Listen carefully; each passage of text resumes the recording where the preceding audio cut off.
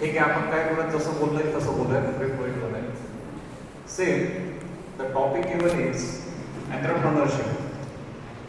तुम्ही जेव्हा प्रोनाऊन्सिएशन करता, आता तुम्ही सगळे मराठवाड्यातले, मी पण मराठवाड्यातला, एक छोटा मी शब्दापासून सुरुवात करतो आणि तो शब्द तुम्ही कॅच करा. तुम्ही मराठवाड्याच्या बाहेर गेले की केस, तर सिंपल शब्द आहे, केसांना तुम्ही केस असं काहीतरी अनुस्वार करून वाक्य बोलता. ही जी तुमची भाषा आहे किंवा माझी जी भाषा आहे, ही सेम भाषा आहे. After is 30 kilometres that changes सगळ्यांना माहिती. याचा एंटरप्रेन्योरशिपशी काय संबंध आहे ते मी आता तुम्हाला सांगतो. When I passed out my engineering, the first job I got, that was with Jindal Electrical Machinery Corporation. It was at Ludhiana. 2002 it was the year when I passed out. आणि 2020 वर्ष करेक्ट 22 वर्ष झालं pass out होऊन. मी तुम्हाला जे सांगतो की माझ्याबद्दल सांगण्यापेक्षा माझे अनुभव तुम्ही लक्षात घ्या आणि त्या सेंटरला तुम्ही स्वतःला ठेवा. की स्वतःला त्या सेक्टरला बघा की तुमचं करिअर 20 वर्षानंतर, 15 वर्षानंतर, 10 वर्षानंतर काय असणार. आणि त्यातलं तुम्हाला लक्षात येईल की बऱ्याचशा गोष्टी, आता बरेच मुलं मला म्हणतात की सर आम्ही टीचिंग पण मी केलेलं आहे, ते पण सांगतो बोलता बोलता, आणि तुम्ही काय करायला पाहिजे ते पण सांगतो. फक्त मला एक थोडंसं इंट्रोड्यूस तुमच्यासोबत होऊ द्या 2-3 मिनिटं. से when I got the first job, I went to Ludhiana. It was 2002. Ludhiana is the city where I found that nobody was from my region. The complete hostel was full of either North Indian or total South Indian. Nobody from Maharashtra. Nobody. My name was Mahendra Vadgaonkar. The people called me like Tendulkar. That was. हसायचे ते मला एकदम. त्यांना असं वाटतं की यार सगळे साऊथ इंडियन आहेत किंवा सगळे नॉर्थ इंडियन आहेत, हा एकटा कुठून आला. 1500 वर्कर्स तिथं होते आणि स्टाफ मेंबर असते 400. त्या 2000 लोकांमध्ये मी एकटा मराठी. मला हे तुम्हाला आवडतं त्यासाठी सांगायचं आहे, आज सुद्धा पोझिशन बदललेली नाही. तुम्ही रेल्वेज बघा, SST बघा, SSB बघा, कुठेही तुम्ही बघा, मराठी टक्का आजही प्रचंड कमी आहे. आणि बिझनेसमध्ये तुम्ही कुठेही जा, तुम्हाला नावं काय सापडतात, मारवाडी, सिंधी, मुस्लिम बांधव आणि इतर समाजाचे. पण जे कोर मराठी लोक आहेत, you will never found out that. आहेत काय बोटा मोजणे आहेत की चांगले पण लोक आहेत, परंतु परंतु कम्युनिटीच्या याच्यामध्ये in percentage of community you will find out that the percentage is very very important. आता तुमच्यापर्यंत मी येतो, नंतर परत माझं पण सांगतो. से एक सिंपल नाव मी तुम्हाला देतो, हे तुम्हाला माहिती आहे, दॅट इज महात्मा ज्योतिबा फुले. तुम्हाला सर त्याचा एक संबंध परत बघा काय. Do you know what is the business of mister Jyotiba Phule? Do you know that? Anyone? त्यांचं काय कामकाज काय होतं? समाजसेवा हे ॲडिशनल वर्क झालं. पोटा पाण्यासाठी काय त्यांचा व्यवसाय होता? सांगेल कोणी तुमच्यापैकी? अरे तुम्ही महाराष्ट्रातल्या प्रत्येक जण बरोबर आहे. महात्मा ज्योतिबा फुले ह्या एवढे जेवढ्या मुली बसलेल्या आहेत, तुम्ही आज जे एज्युकेशन घेताय त्याचं 99% credit goes to Mahatma Phule आणि सावित्रीबाई फुले. त्याचं कारण आहे, he was an engineer. Mahatma Jyotiba Phule was an engineer. पुण्यातले जे काही जवळपासचे डॅम्स आहेत, त्या डॅम्सचं डिझाईन, कन्स्ट्रक्शन बरंचसं काम त्यांनी तेव्हा केलेलं आहे त्यांच्या काळात. आणि ते अर्निंग पण त्याचं बऱ्यापैकी होतं वगैरे, त्या डिटेलमध्ये मी जात नाही. तुम्हाला सांगायचं तात्पर्य आहे की an engineer can do the his work very precisely, very criticisely, also he can serve for the society. समाजसेवा पण त्यांनी केली, दोन्ही कामं केली. आणि दोन्ही कामं करण्यासाठी काय गरजेचं होतं त्यांना? Time management. What is the time management? In his life he was at time management. The day I pass out, see today I am relax. When I cross my age of 35 years, जेव्हा माझं age 35 वर्ष cross झालं त्या दिवशी मी ठरवलं की yes. आणि मी हे वयाच्या 22व्या वर्षी ठरवलं होतं की जेव्हा माझं एज 35 होणार कारण मी कशावर ठरवलं ते पण सांग, त्या पॉईंटवर पण येतो. माझा एक सिनियर होता, त्याचं नॉर्थ इंडियन होता. हिज नेम वॉज अंडा, HNDA. ही वॉज IITian आणि मी MITला होतो एज्युकेशनला. माझा तो बॅचमेट होता. नंतर तो IITमध्ये MTech केला. मी पण IITचं माझा all India GATE rank, my all India GATE rank is 166. Then I work with IIT Kanpur. I had worked as a research assistant. I had worked in Kolkata when I was working with Siemens. Siemens सोबत काम करताना मी तिथं काम केलं. मग तो जो माझा मित्र होता सिनियर, 2-1 वर्ष सिनियर होता मला तो, त्याचं नेहमी वाक्य असायचं रूममध्ये भेटताना कुठेतरी, यार बोले ये इतना काम कोण करेगा बोले बाहेर. त्याची स्टोरी ऐका, त्याची स्टोरी फार ऐकण्यासारखी. इतना काम कौन करेगा बोले यार, 50 साल 40 साल 30 साल at the age of 60 potential दबा के काम करेंगे बोले 10-15 साल, उसके बाद में ड्रॉप आउट कर देते हैं. वाक्य नीट आहे का, ड्रॉप आउट कर इसका मतलब स्किप द जॉब. पण तोपर्यंत तुम्ही ड्रॉप आउट करणार याचा अर्थ काय, तेवढं मनी लायबिलिटी फॅमिलीची काय असणार ती पुढची सस्टेन करण्यासाठी तुमच्याकडे तेवढं अर्निंग किंवा सेव्हिंग आलेली पाहिजे in terms of money. Plus your social credit should be there.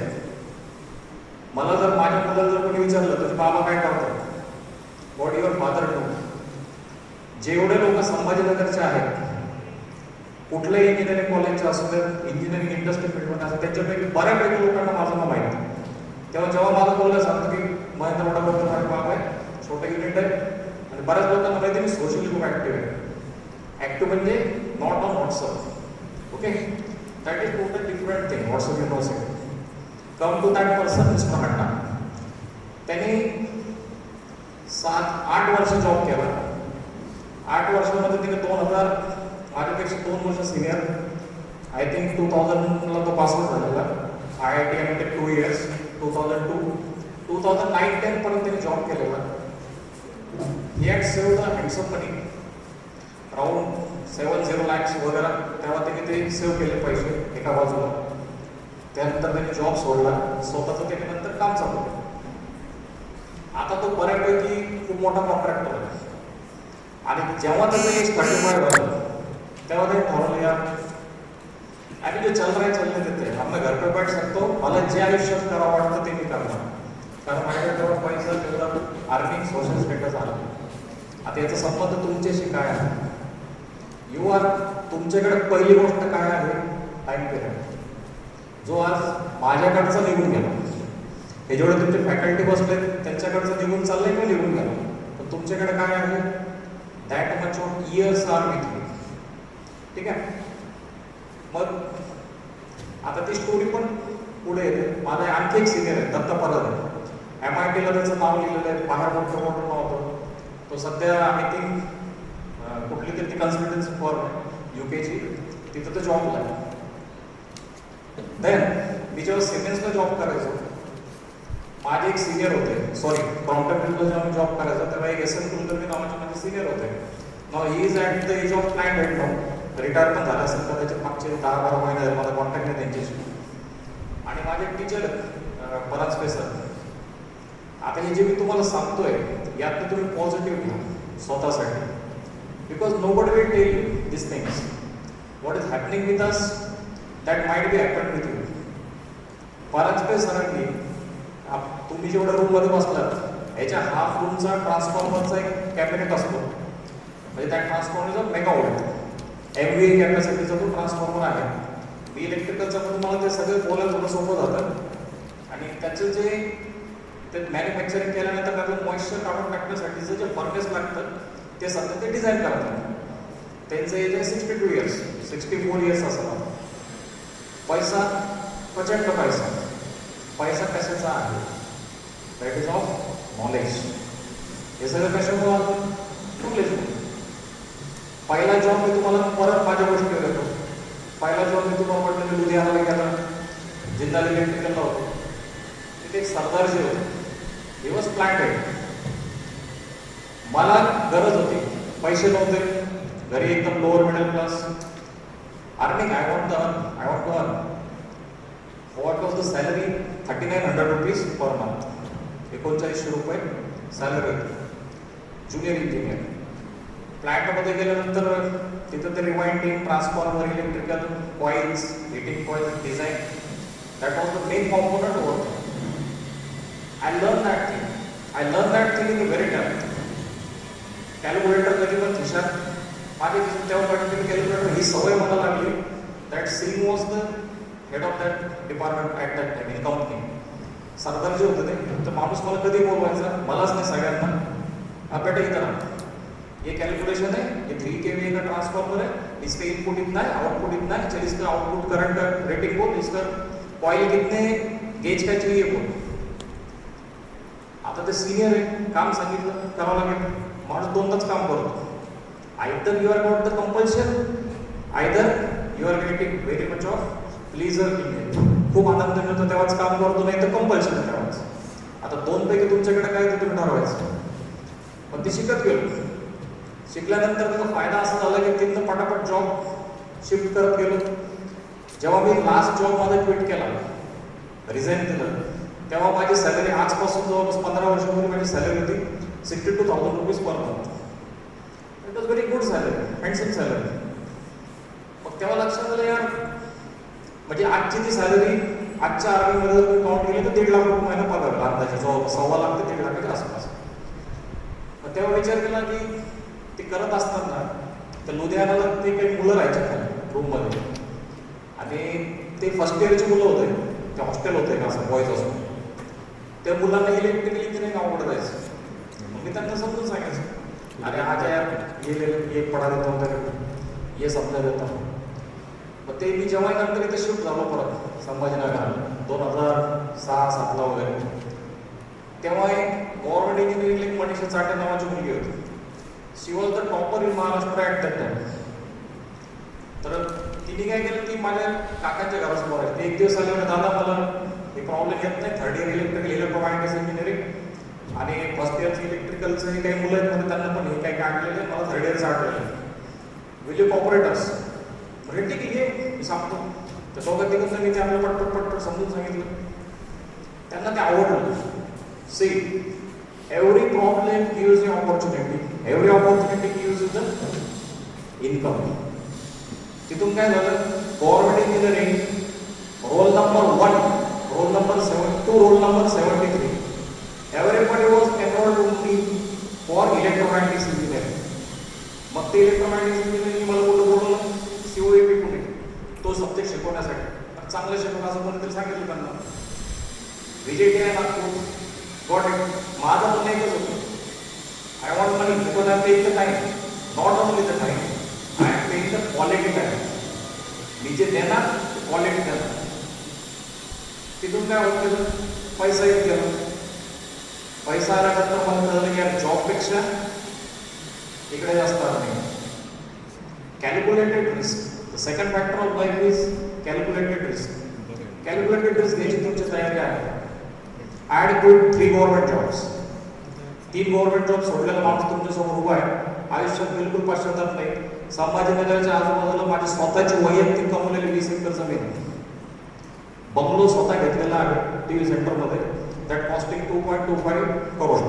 आणि ते सगळे इन्कम टॅक्स ते सगळं वाईट आहे, एव्हरीथिंग इज वाईट.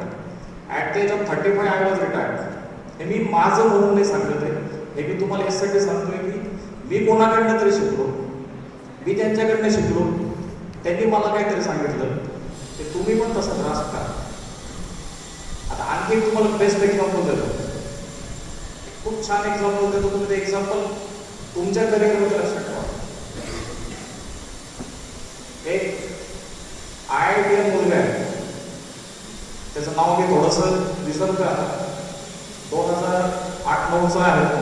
बरं, आणखी मी माझा IITचा स्कोर ऑल इंडिया रँक 166 असूनही I had not done MTech केलं नाही, मास्टर ऑफ डिझाईन पण केलं नाही. आणि त्या सगळ्यांनी जेवढं लाईफमध्ये कमवलं असणार त्याच्यापेक्षा जास्त नाही कमवलं. कशामुळे? Because you had applied your things. तुम्ही तुमच्या गोष्टी अप्लाय केल्या. आता परत त्या मुलाकडे 2009-10 माझ्याकडे होता, तेव्हा मी जॉब करायचं, पण इलेक्ट्रिकल इंजिनिअरिंग शिकवायचं, फर्स्ट इयर्स गव्हर्नमेंट इंजिनिअरिंगचा मुलगा होता. फर्स्ट इयरला आला त्याचे बाबा पण सोबत आले. चिटणीस नाव आहे त्याचं, प्रेरक चिटणीस. आणि मी जे पण बोलतो ते जास्त कुठं लपवा छपवी नाही, कुठं खोटं नाही, काहीच नाही. You can verify anywhere. प्रेरक चिटणीस आला, त्याचे बाबा घेऊन आले. आता स्टुडंटमधला फरक बघा. आणि प्रत्येक ठिकाणी तुम्हाला 2 लोक भेटतात. आता इथेच हा कॉरिडॉर आहे. तेवढ्या वेळामध्ये जेवढ्या वेळ मी इथं सकाळपासून 10:30 वाजेपासून तेवढ्या भरपूर मुलं मी ऑब्झर्व केले. ऑब्झर्वेशन बघा माझं पण, तुमच्याबद्दलचं ऑब्झर्वेशन. आणि तुम्हाला लाईफमध्ये शिकायचं तुमच्याबद्दल लोक विचार काय करतात, कारण याच्यावर तुमचं करिअर ठरणार आहे. त्याचा पण एक किस्सा नंतर सांगतो 2 मिनिटांनी. पहिले प्रेरकचा किस्सा करू, अगोदर तुमचा किस्सा पूर्ण करू. तर मुलांना काय आवडतं, किस्से काय बरोबर. तर प्रेरकचे बाबा आले, तुमचं कॉरिडॉरचं सांगतो. काही मुलं मी सरळ खाली उतरत होतो, काही मुलं बाजूला सरकलेच नाही, तिथंच उभे. आणि ठीक आहे, मी नवीन पर्सन आहे यार, पण ते तुमचे टीचर आहेत ना. That give me the sense you don't have that much of respect with your faculty members. त्यांना नाव ठेवत नाही, तुम्हाला नाव ठेवतो. तुम्ही का बाजूला सरका, तुमचं फॅकल्टी समोर येतोय, तुम्ही पटकन बाजूला सरकायला पाहिजे. होत नाही. ठीक आहे, का होत नाही त्याला बरेच कारण आहे. मी माझा मोबाईल 360 डिग्री कम्प्लीट फॅनिश, त्याच्या बाहेर तुम्हाला जगच नाही. मी जे सांगितलेले किस्से आता प्रेरकवर परत या. तुमचं कोरिलेट करत आहे प्रेरकशी. मोठाच प्रेरक ऍक्टर, त्याच्या वडिलांनी सांगितले की फर्स्ट इयर पासून फायनल इयर पर्यंत जेवढा पण तुमचे बॅचेस असतील त्याच्या त्याला बसवा. फीसची चिंता करू नका. मी त्याचे पूर्णच्या पूर्ण थर्ड इयरला असताना वया अशा फाडून टाकलेल्या. चुकीचं केलं म्हणून नीट ऐकलं म्हणून. माझा ऑल इंडिया रँक 166 होता. त्याचा ऑल इंडिया रँक माझ्यापेक्षा पण चांगला होता. नंतर बी फायनल इयर झाल्यानंतर गव्हर्नमेंट इंजिनिअरिंगचा पास होता. मग तो एक दिवस आला असंच परत रात्री वडिलांना घेऊन, सर आता एमटेक IIT लागले पवई, पुढे काय करू. मग 2 वर्ष करून घे कम्प्लीट. त्याला माहित होतं मी कम्प्लीट केलेलं नाही. तर मी माझं स्वभाव वेगळा, माझं नेचर वेगळं, माझी कॅल्क्युलेटिव्ह रिस्क वेगळी. मला तेव्हा तर 2 वर्षात किती अर्निंग होतं ते माझं मला माहित होतं, म्हणून मी तिकडे गेलो नाही. याला काय, त्याला ना प्रत्येकाचा स्वभाव, तुम्ही रिस्क घ्यायची नाही घ्यायची. त्याने एमटेक केलं. मग परत 2 वर्षानंतर अजूनही तो पण कॉन्टॅक्ट केला. त्याने त्याला टेलिकॉम जॉब लागला. त्याला एक दिवस असं सहज परत 2-3 वर्षानंतर भेटला. घरी आला, निवांत पेढे वगैरे घेऊन. सर आता असं असं काय करायचं म्हटलं, बघ मी माझं लाईफ वेगळं, तुझं लाईफ वेगळं. तू काय करायचं तू ठरव, पण तुला आनंद पाहिजे, पैसा पाहिजे तर टेलिको किंवा MNC स्विच ऑफ मारायचा, युअर गेटिंग दॅट. थोडासा जर आनंद पाहिजे, मी जे करतोय that is called as passion. Passion म्हणजे काय, एकदम कामावरती आनंद माझा. मला काम त्याच्यात मला प्रचंड आनंद मिळतोय. पैसा एक वेळ कमी मिळत त्याच्यात, दॅट यू वॉन्ट. त्याने विचार केला एक दिन मला, हे ॲट इस्रो. तो इस्रोला ज्युनियर सायंटिस्ट आहे अहमदाबादला, त्याचं पोस्टिंग आहे. एकदम नोबल पर्सन. आणि त्याच्यासोबतच दुसरा एक मुलगा माझ्याकडे होता, मी त्याचं नाव सांगत नाही. एकदम ॲरोगंट, प्रचंड ॲरोगंट. नंतर त्याचा एका ठिकाणी जॉबला इंटरव्ह्यूला मी होतो, एका पॅनलवर कंपनीच्या, प्रायव्हेट कंपनीला मी त्या जॉबला पण होतो. तो मुलगा तिथे इंटरव्ह्यू द्यायला आला. मी काय केलं असं ऑब्वियस म्हटलं, सर व्यवस्थित नाही मुलगा घेऊ नका. See your career opportunity lost. अजूनही तो मुलगा 30,000 काम करतो. फक्त कशावर, तुमचे ॲरोगन्सीची काउंटिंग कुठं झाली तुमच्या लाईफमध्ये. तुम्ही जे ॲरोगंटली वागता बोलता त्याची काउंटिंग इफेक्ट डायरेक्ट लाईफवर होतो. दुसरा एक्झाम्पल देतो मी तुम्हाला. Everybody knows mister Sachin Tendulkar आणि मिस्टर विनोद कांबळे. विनोद कांबळेचं गेम, सचिन तेंडुलकर जर इथं असेल तर विनोद कांबळे इतका आहे. त्याचा गेम प्रचंड चांगला होता. त्याचा इन नसेल त्यांचा भाग पाहिजे, माझ्यापेक्षा सिनियर आहे. आणि सचिन तेंडुलकरांचा गेम एवढाच आहे, यांचा गेम एवढा. बट व्हॉट इज टुडे, आज कुणाचं नाव आहे, सचिन तेंडुलकरांचं नाव एवढं, विनोद कांबळेचं नाव कुठेच नाही. वाय, फक्त एक चूक होती. ती काय होती, स्वभावामधला बुद्धपणा, arrogancy in life. That arrogance in life throws you from top to bottom. कुठं ते कुठं तुमचं आयुष्य ठेवून जातं फक्त ॲरोगन्स होतं. हे 2-3 जे पॉईंट्स आहेत, हे पॉईंट्स तुम्हाला किती लोक सांगतील मला माहीत नाही. तुम्ही मला नॉलेजबद्दल सांगा. तुम्ही आत्ता मला इथं सांगा, first year electrical engineering, first year mechanics, first year mathematics, second year mathematics, third year electrical engineering, final year electrical engineering, कुठलं पण मी चालू करू शकतो. कुठलाही टॉपिक तुम्ही सांगा मी चालू करा. कुठलंही पुस्तक मला लागणार नाही. ओके, मॅथला पण नाही लागणार. कशामुळे? जेव्हा मी शिकलो तेव्हा माझे एक टीचर होते, त्यांचं पण एक किस्सा सांगतो. मिस्टर तातेड सर, आता ते नाशिकला होते, तुमच्याकडे पण नाशिकचं असं तर माहीत असेल, नाशिकला डायरेक्टर होते. मिस्टर तातेड सर वाजते माझ्या वेळेला ते HOD वगैरे होते MIT, आणि ते गेटचे वगैरे क्लासेस कॉलेज एक्स्ट्रा घ्यायचं तो. मग आम्ही सकाळी थोडंसं लवकर जायचो. मी आपल्या TV सेंटरवरून निघायचो. बस असली बस हुकली, सायकल घेतली आपल्या चालली TV सेंटर. तर तातेड सरांनी आपलं तेव्हा थर्ड इयरला पण देता येत होते, आता पण देता येतं गेट. थर्ड इयरचा स्कोर माझा आला नाही. पण जेव्हा रिझल्ट आला त्यानंतर थर्ड इयर TEच्या क्लासमध्ये बसलेलो होतो मुलं मुली. तातेड सर, चित्री सर, ज्यांचे तुमच्याकडे पुणे MITचं असेल फॅकल्टी वगैरे, त्यांना नाव माहीत आहे. ओके, तर ते क्लासरूममध्ये आले, नाव घेतले, यांनी गेटचे फॉर्म भरले होते. At the time of me online नव्हते, तेव्हा ऑफलाईन होते. ते माझं पण नाव होतं पुरा. काय होतं पहिलं वाक्य काय होतं की तुमच्या वडिलांनी तुम्हाला इथे कशासाठी पाठवलं. थोडक्यात काय, शाळेतून सत्कार. ठीक आहे, त्याचा इम्पॅक्ट काय झाला, मला फार वाईट वाटलं यार. क्लाससमोर बोलले, मुलांसमोर बोलले, मुलींसमोर बोलले, प्रचंड वाईट वाटलं. त्याचा इम्पॅक्ट काय झाला, याचा बदला घ्यायचा कसा, पुढच्या वर्षी स्कोर आणायचा. दुसरा पर्याय काय, पुढे तो ऑप्शन. तुम्ही त्यांचं काही करू शकत नाही. त्यांचं तुम्ही रिव्हेंज, पॉझिटिव्ह रिव्हेंज, तुमचं लाईफ पॉझिटिव्ह रिव्हेंज घ्या, चांगलं काम करा. पुढच्या वर्षी स्कोर आला. स्कोर आल्यानंतर आल्यानंतर जे ॲडमिशन प्रोसेस होते, मेन वेळेला मला तर जिंदाला जॉब मिळाला. त्याच म्हणजे मी एक्झाम दिल्यानंतर 5-6 दिवसांनी जिंदाला जॉईन झालो होतो. आणि जेव्हा मला तिथे कळलं की यार इथं मला ऑपॉर्च्युनिटी आहे, 1.5-2 महिने जेवढं शिकेल त्याच्यात माझी सॅलरी खूप चांगली होईल, तेव्हा ठरवून टाकले की यस, त्याला क्विट नाही करायचं, स्टिक विथ इट. त्याला धरून टाका. See the risk, calculated risk. तुमच्याकडे MAMTची ऑपॉर्च्युनिटी आहे, तुम्ही घेत नाही आहे. तुम्ही काय करताय, तुम्ही ते 7,000च्या जॉबला स्टिक आहे. ही रिस्क फार महत्त्वाची बरं. नंतर 2 वर्षानंतर, 3 वर्षानंतर, 4थ्या वर्षानंतर त्याच पर्सनचं पेमेंट किती होतं माझं लास्ट सॅलरी प्रॉडक्ट त्याच्यावर तुम्हाला आता बोलू, त्यात 7,000 नंतर 14,000, नंतर 20,000, 22,000 असं करत ते वाढत गेलं. 50,000 नॉर्मल झालं मला सॅलरी. आणि आजपासून 20 वर्षापूर्वी 50,000 सॅलरी खूप हँडसम सॅलरी होती. 15 वर्षापूर्वी प्रचंड चांगली सॅलरी.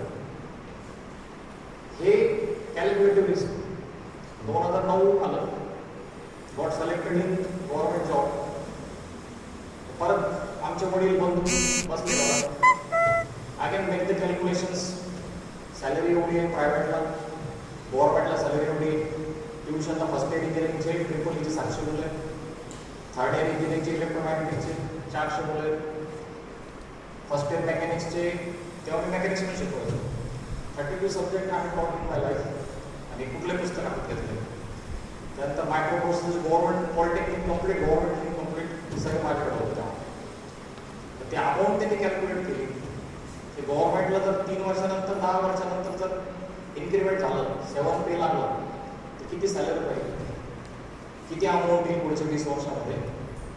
आणि तेव्हा त्यांनी कन्क्लुजन काढलं, आम्ही फॅमिलीने सगळ्यांनी, यार will go for the classes for next 2 years. Classes and private job, quit the job. Government job घ्यायचा नाही घेतलं गव्हर्नमेंट जॉब.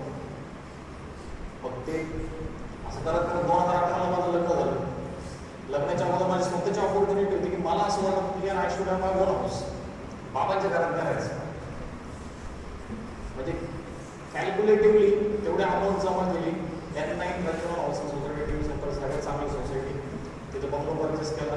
टॅक्सेशन सहित पैसे माझे होते, कम्प्लीट पे व्हाईटमध्ये कम्प्लीट करा. हे एज ऑफ 30-31च्या आसपास झालं. सॅटिस्फाईड रिलॅक्स होतो. आज मी काय करतोय, सकाळी 4:45-5 उठतो. तेव्हा प्रचंड काम केलं, तेव्हा मी घरातून 4:45 निघायचो, 4:45 घरातून निघायचो, रात्री 11:15 घरात यायचो. घरात आल्यानंतर शूज सहित झोपायचो, काय कळायचं नाही एवढं थकलेलं असायचं. आणि आज काय करतो, सकाळी 5:15-5:20 आसपास उठतो, डोक्यात क्लॉक फिक्स अलार्म असला तरी जाग येते. 5:45 आसपास मुलाला घेतो, टेनिसच्या ग्राउंडवर जातो, 2 तास टेनिस खेळतो मुलासोबत. तर तेव्हा काम केलंय, तेव्हा ठरवलं होतं की मला यांना वेळ द्यायचा, फॅमिली यांना टाईम द्यायचा. मुलासोबत 2 तास टेनिस खेळतो, महिना 12,000 रुपये वगैरे त्याच्यावर खर्च करतो दोघांना त्या कामासाठी. तिथून रिलॅक्स मूडमध्ये घरी येतो, MIDC जायचं, ते काम आहे तिकडचे ते करायचे. आणि वर्षभरात माझ्याकडे ते जुने काही जिथं मी इंडस्ट्री जॉब करायचो त्यांच्याकडचे बरेच प्रोजेक्ट येतात. सर एवढं करायचं, असं करायचं, दिस इज युअर अमाऊंट. घरी बसलं ते काम आपण घरनं करायचं. माझ्या घरामध्ये आज सुद्धा से दॅट की माझा समोरचा हॉल जो आहे त्याच्या अर्धा आहे, एवढं पूर्ण भरून कम्प्लीट मटेरियल पडलेलं आहे. 1.5 लाखाचं मटेरियल सध्या घरात पडलेलं आहे, इलेक्ट्रिकल थिंग्स रिलेटेड सगळं. पण ते काम पुरतं वर्षभर, पैसा येत राहतो, खरं चालतंय, okay. What else I want. माझ्या बाबांना वेळ देता आला 2017-18 हे सगळं मी तुम्हाला कशासाठी सांगतोय, माझ्या जागेवर तुम्ही स्वतः ठेवा. आणि पुढच्या 10 वर्षामध्ये तुम्ही काय करणार. आता तुमच्या इच्छे मुलं चालून एक किस्सा सांगतो. तुम्ही फार काही वेगळे करता असं जर समजत असले तर माझ्या सोबतचा मुलगा जेव्हा मी त्या एजला होतो, ॲट द एज ऑफ 17 वर्षाचा असताना तो CDS MBA पास झाला. नितीन मिश्रा नाव is a turner Indian army. I was not got selected, माझं सिलेक्शन नाही झालं, त्याचं झालं इंडियन. मग त्याच्यानंतर 21व्या वर्षी जेव्हा तो जॉईन झाला, 20व्या वर्षी 21व्या वर्षी, तुमचं एज कदाचित त्याच्यापेक्षा 1-2 वर्ष जास्त असेल, कमी असेल, बट राऊंड आसपास तुम्ही असाल. 21व्या वर्षी तो मुलगा काय काम करत होता, किंवा आज पण इंडियनचा मुलगा 21व्या वर्षी काय काम करतो ते तुम्ही ऐका. कसं आहे ना, तुम्ही त्याच्या प्रमाणात त्याच्या प्रपोर्शनमध्ये तुम्ही किती काम करता हे तुम्ही स्वतःला डिसाईड करा. कम्पेअर, मी कुठे आहे ते कुठे आहे. तो पण मुलगाच आहे किंवा ती पण मुलगीच आहे. OTA ला पण मुलींसाठी एंट्री चालू झाली, प्रोफेसर ट्रेनिंग अकॅडमी.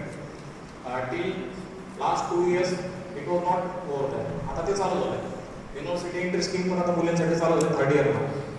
हे पॉईंट्स पण तुम्ही माझ्याकडे मी जे बोलतोय तुमच्या डोक्यात टाकत चाला स्वतःच्या करिअरसाठी.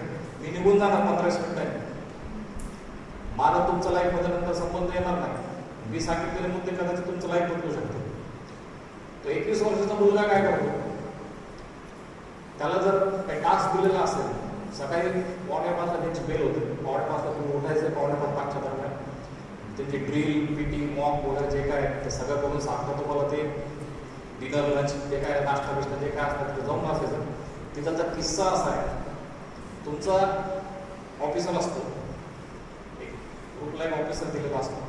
त्याला जर वाटलं यार हे फार त्रास देतात मला, फोन ऐकत नाही, त्याने जर ते चमचे उचलले नाही, स्पून जर उचलले नाही, ते जेवण बाकीचे चालू करू शकत नाही. त्यांच्यातलं एकाला नेमलेलं असं सिनियर वगैरे किंवा ऑफिसर पण असतो, ते स्पून उचलणारच नाही, जातील बसतील, तो उठून दिल, यांना पण उठावं लागतं. जेवण काही नाही, एमटीच टाकू, उपाशी पोटी निघायचं. तसंच ते लेक्चर वगैरे जे काय ते 12 वाजेपर्यंत ग्राउंडवर असेल ते स्पोर्ट्स वगैरे सगळे असं करत करत त्याचा दिवस रात्री 11:15 वाजता संपतो. आणि सकाळी परत उठायचं तुम्हाला दिलेलं गेलं. आणि एवढं होऊन सुद्धा काय की मुलांना रात्री 11:15 वाजता कळतं की यार माझी ड्युटी लागलेली. त्यांना प्रॅक्टिससाठी काही काही वेळेला ड्युटी देतात, म्हणजे से दॅट की तुम्ही 4 लोकांनी इथं उभं राहायचं. तसं आपल्याकडे ते निगराणी ज्याला म्हणतो आपण ते पण त्यांनी करायचं, तिथं पण झोपायचं. आता come to IIT, come to IIM Kolkata. I had spend first सेमला, म्हणजे आम्हाला कंपनीने पाठवलं होतं सेमेन्सने ट्रेनिंगसाठी आम्हाला पाठवलं होतं, मॅनेजमेंट ट्रेनिंगसाठी. तिथे टाटा हॉल आहे, एवढाच असेल अंदाजे. ते टाटाने ते डोनेट केले म्हणून त्याला टाटा हॉल म्हणतो. आणि बाकी ते त्यांचे रेग्युलर लेक्चर्स वगैरे चालतात तिथे. आता त्या रेग्युलर लेक्चर्समधला तुमचा त्यांचा फरक बघा. ते पण मुलं IITतले किंवा IIMs मधले तुमच्यापेक्षा 1-2 वर्ष सिनियर ज्युनियर असतील, वॉटर तुमच्या तर त्याच्यातला फरक पाहिला काय, रात्री 1:30 वाजता मॅसेज येतो रात्री 1:30 वाजता my lecture is there at hall number this you have to continue. तुम्ही जायचं रात्री 1:30 वाजता ते लेक्चर कंटिन्यू करायचं, 1:30 ते 3:30 4 जे काय असणार ते. परत दुसरे टीचर बघतो ते शीटवर किंवा ते ऑनलाईन असतात तेव्हा शीटवर असायचं आणि तो बघतो की यार 4 वाजेपर्यंत चालणार आहे का. ओके 6 o'clock माय लेक्चर, 6 ते 8 त्याचं लेक्चर. पुन्हा दुसरं कोणाच तरी असतं काहीतरी. आणि जेव्हा टीचरला वाटेल तिथं तेव्हा त्याची मिड एक्झाम असते आणि ते मिड एक्झामचे मार्क्स फायनल बाउंड होतात, डायरेक्ट फायनल. तुम्हाला आज रात्री कळते उद्या सकाळी तुमची मिड एक्झाम तुम्ही झोपायचं भेटलं. ठीक आहे, तुम्ही याच्यातनं काय शिकता, स्वतःला त्या सिस्टीममध्ये मॅनेज कसं करायचं, स्वतः त्या सिस्टीममध्ये कसं वर्कआउट करायचं. इथं तुम्ही 2 तास बसले की मास्तर माणूस बोल येतं ना डोकं. ठीक आहे, कदाचित ते टीचर त्या क्वालिटीचे असतील नसतील, पण तुम्ही 2 तास तर ऐकू शकता का, 1 तास ऐकू शकता का, 6 तास बसू शकता का. ह्या सगळ्या ज्या गोष्टी आहेत. म्हणून तिथलच्या मुलांना स्ट्रेसमध्ये स्वतःला काम करण्याची प्रचंड सवय असते, म्हणून त्यांना इंडस्ट्रीत डिमांड आहे, म्हणून त्यांना सॅलरी मिळते. सॅलरी तो IIT-तनं डिग्री घेतली तो एक पार्ट आहे, IIM-मधून डिग्री घेतली तो एक पार्ट आहे, पण प्रचंड स्ट्रेसमध्ये काम करायची सवय हा सगळ्यात मोठा पार्ट आहे. That's why we are getting the huge marks over that, huge salary तुम्हाला मिळते. ठीक आहे, आता मी कन्क्लूड करतो, फिनिश इट आउट, 5 मिनिटात संपवतो. या सगळ्यांमधून त्याचं टॉपिक तुम्ही मला दिलेला आहे एंटरप्रेन्योरशिप. त्याचं रिलेशन काय आहे. First thing is calculated risk in your life. First thing is तुमची स्वतःची इच्छा, मला काय करायचं आणि ते सेट पाहिजे. UPSC टॉपर्स बघा, माझे सिनियर आहेत, 2 सिनियर आहेत ॲक्च्युली, ते दोन्ही मुली आहेत. आणि मी राज्यसभेचा पण इंटरव्ह्यू दिलेला आहे 2008ला. माझं सिलेक्शन नाही झालं, स्कोर कमी आला माझा, पण इंटरव्ह्यू दिलं, सिलेक्शन नाही झालं.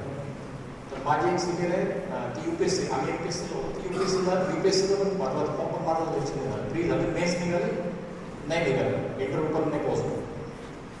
तर ती एक जोशी तिचं सरकार आहे. तुम्ही जर सर्च मारलं तर कदाचित येईल, पण ते केरळ आपलं तामिळनाडूमध्ये त्या पोलीस उपमहासंचालक काहीतरी आहेत सध्या. आणि एकदम कॉमन फॅमिलीत, पण त्यांच्यात काय होतं ते तुमच्यात किंवा माझ्यात नव्हतं. पहिली गोष्ट. आणि दुसरं एक सांगतो एक्झाम्पल, व्ही राधा सध्या यशदाचे संचालक होते, पुणे यशदा. आणि आता आय थिंक मंत्रालयात कुठेतरी सिनियर सेक्रेटरी वगैरे आहेत काहीतरी, designation today I don't know, even IAS accountant. ती माझ्यापेक्षा फक्त 1 वर्ष सिनियर आहे विरा, 2 वर्ष असेल कदाचित. मी जेव्हा फायनल इयरला युनिव्हर्सिटीतून टॉपवर आलो होतो तेव्हा त्यांना बोलवलं होतं कॉलेजमध्ये आमचा सत्कार करायला. तेव्हा त्या मॅडमने त्यांचा किस्सा सांगितला की he was the topper at Karnataka state का आंध्र स्टेट काहीतरी आहे त्याचं. ते 12वीचे टॉपर होते. त्याच्यानंतर ते इंजिनिअरिंग करू शकत होत्या किंवा मेडिकल करू शकत होत्या. त्यांनी नॉर्मल काहीतरी BA BCom काहीतरी घेतलं आणि फर्स्ट अटेम्प्टमध्ये she had clear the IAS. प्रत्येक दिवस 365 days into 3 years, 365 days into 5 years. त्यातले किती दिवस माझे गेले, किती उरले, हे कॅल्क्युलेट ते लोकांचं तेव्हा पण असतं जेव्हा ते लोक 10वी 9वीला असतात, 8वीला असतात. बिहारी मुलं, जेव्हा तुम्ही शरयू नदीचा किनारा आहे बिहारमध्ये, ते कदाचित नद्यांचे नाव चुकत असतील माझे, गंडक नदी, शरयू नदी, बरेच त्यांचे किनारे आहेत. तिथं घाट बांधलेले गव्हर्नमेंट, पायऱ्या जशा पायऱ्या तशा पायऱ्या घाट आहेत तिथे. त्या नदीच्या किनाऱ्यावर जी प्रथा आहे, प्रचंड मागासलेलं राज्य आहे. तुम्ही इथं बसलेला जो सगळ्यात गरीब मुलगा असेल तो त्या गावातला सगळ्यात श्रीमंत मुलगा समजा. ॲल्युमिनियमचं जे भांडं असतं ते सुद्धा गव्हर्नमेंटकडनं त्यांना मिळतं. रेशनवरचं धान्य मिळालं तर मिळालं, नाही तर नाही मिळालं. ही परिस्थिती 15-20 वर्षापूर्वी होती. आता थोडीफार बदलली, कारण आता गव्हर्नमेंट चांगलं झालं, बऱ्यापैकी वाढले गव्हर्नमेंट. ते मुलं तुम्ही तुमचं आजचं तुम्ही औरंगाबाद जिल्ह्याचे जिल्हाधिकारी कोण आहे? स्वामी, बरोबर आहे. त्याच्यानंतर मनपाचे आयुक्त कोण आहेत? Forget is name. परभणीला इथं होते जॉबला रेल्वेमध्ये. Okay, he was here the job at railways, Indian रेल्वेला नॉर्मल काहीतरी जॉबला होते ते. त्याच्यावर ते आय एस जातात. हे सगळे एकदम आयदर साऊथ इंडियन आहेत किंवा नॉर्थ इंडियन आहेत. मधले लोक कुठे आहेत? कशात आहेत मधले लोक? कशात आहेत मधले लोक? तो किती खराब आहे, ठीक आहे, तो कसा चांगला नाही, तो किती वाईट आहे, याच्या कंपॅरिझन मध्ये तुमचं लाईफ निघून जातं. हे तुम्ही ऑब्झर्व करा.